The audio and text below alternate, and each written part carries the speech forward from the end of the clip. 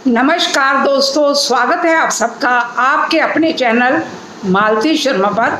दोस्तों, आज के वीडियो में मैं आपको महालक्ष्मी व्रत जो कि राधा अष्टमी से शुरू होकर श्राद्ध पक्ष में आने वाली अष्टमी के दिन तक होता है कि कथा, पूजन विधि और महत्व बताऊंगी।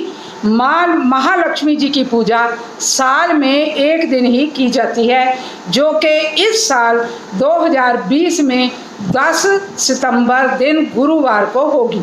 ये पूजा करने से तथा कथा सुनने से सभी मनोकामनाएं पूर्ण हो जाती हैं और जीवन की सभी समस्याएं खत्म हो जाती हैं। ये 16 दिन का व्रत होता है जो राधा अष्टमी से शुरू होता है। अगर पूरे दिन इस व्रत को ना कर पाएं तो कम से कम दिन भी इस व्रत को कर सकते हैं।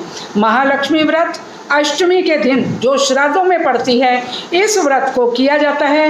इस व्रत में अन्न ग्रहण नहीं किया जाता। 16वें दिन पूजा करके इसका उद्यापन किया जाता है। इसको हाथी पूजा, महालक्ष्मी व्रत या गज लक्ष्मी के नाम से भी जाना जाता है। इस दिन सोना चांदी खरीदना अति शुभ माना गया है। कहते हैं कि इस दिन खरीदा गया सोना 8 गुना बढ़ता है। अब मैं आपको इसकी पूजन विधि बताती हूँ, पर उससे पहले अगर अभी तक आपने मेरे चैनल को सब्सक्राइब नहीं करा तो कर ले और पास में बने बेल बटन को दबाना भी ना भूलें, ताकि मेरे आने वाले वीडियो का नोटिफिकेशन सबसे पहले आपको मिले। पूजन विधि इस प्रकार है। शाम के समय नहा धोकर सुंदर शुद्ध वस्त्र पहनकर एक चौकी पर एक लाल कपड़ा बिछाएं। केसर मिले चंदन से अष्टदल बनाकर उस पर चावल अक्षत रखें। उस पर माता लक्ष्मी जी की मूर्ति रखें।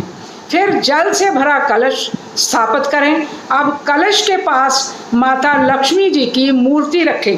मिट्टी का हाथी बाजार से लाकर या घर में बनाकर उसे स्वर्ण आभूषणों से सजाएं। अगर संभव हो तो इस दिन नया सोना खरीदकर हाथी पर चढ़ाएं। अगर आपके पास चांदी का हाथी है तो उसकी पूजा करें, यह अति शुभ होता है। माता लक्ष्मी जी की मूर्ति के सामने श्री यंत्र भी रखें और कमल के फूल से माँ लक्ष्मी जी की पूजा करें। फिर लक्ष्मी जी को भोग लगाकर और आचमन कराकर फल, फूल, दीप, धूप, चंदन आदि से पूजा करके आरती करते हैं। आरती के बाद प्रसाद वितरण करते हैं। रात्रि को चंद्रमा को अर्घ देकर स्वयं भोजन करें। इस व्रत को करने से धन धान्य की वृद्धि होती है और सुख संपत्ति आती है। इस व्रत से जुड़ी कई लोक कथाएं हैं, जिनमें से 2 अधिक प्रचलित हैं। आज मैं आपको वो दोनों कथाएं सुनाती हूँ। कथा इस प्रकार है। हाथ में 16 दाने चावल या 16 दाने गेहूं के लेकर कहानी सुनी जाती है। एक बार महालक्ष्मी का त्यौहार आया। हस्तिनापुर में गंधारी ने नगर की सभी स्त्रियों को पूजा का निमंत्रण दिया, पर कुंती से नहीं कहा। गंधारी के 100 पुत्रों ने बहुत सी मिट्टी लाकर एक बहुत बड़ा हाथी बनाया और उसे खूब सजाकर महल के बीचों बीच स्थापित किया। सभी स्त्रियां पूजा का थाल लेकर गंधारी के महल की ओर जाने लगी। इस पर कुंती बड़ी उदास हो गई। जब पांडवों ने अपनी माँ से इसका कारण पूछा तो उसने बताया कि मैं किसकी पूजा करूं।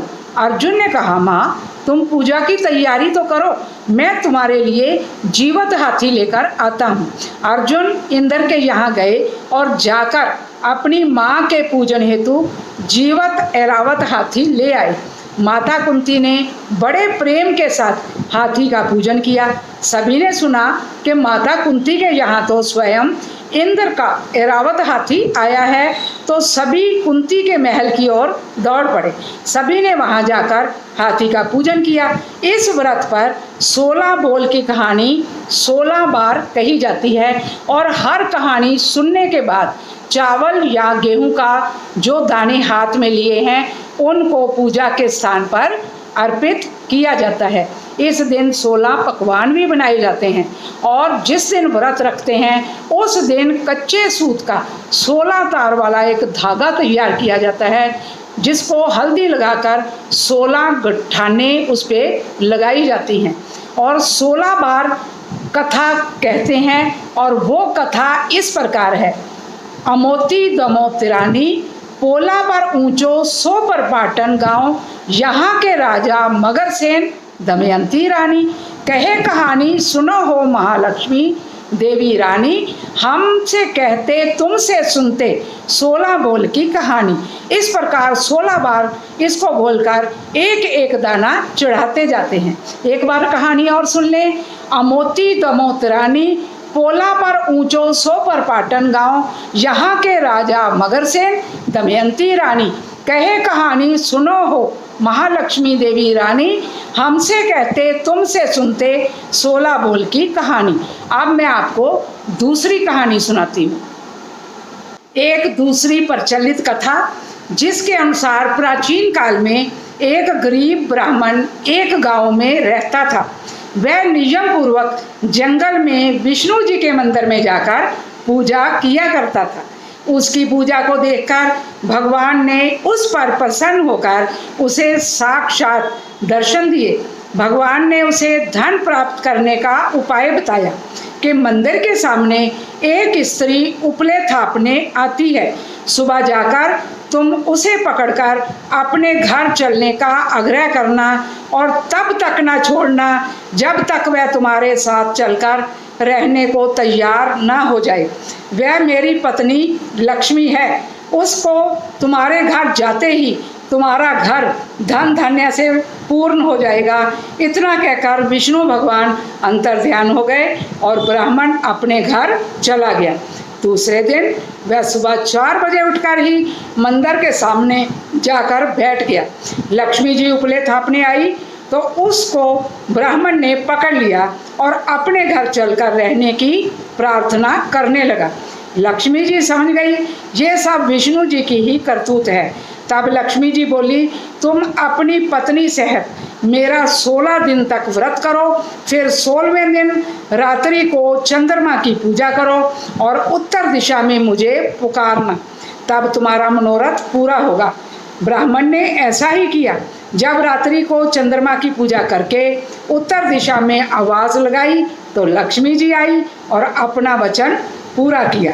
इस प्रकार ये व्रत महालक्ष्मी के नाम से प्रसिद्ध है। हे लक्ष्मी माता, जैसे तुम ब्राह्मण के घर आई वैसे सभी के घर आना। बोलो लक्ष्मी माता की जय, विष्णु भगवान की जय।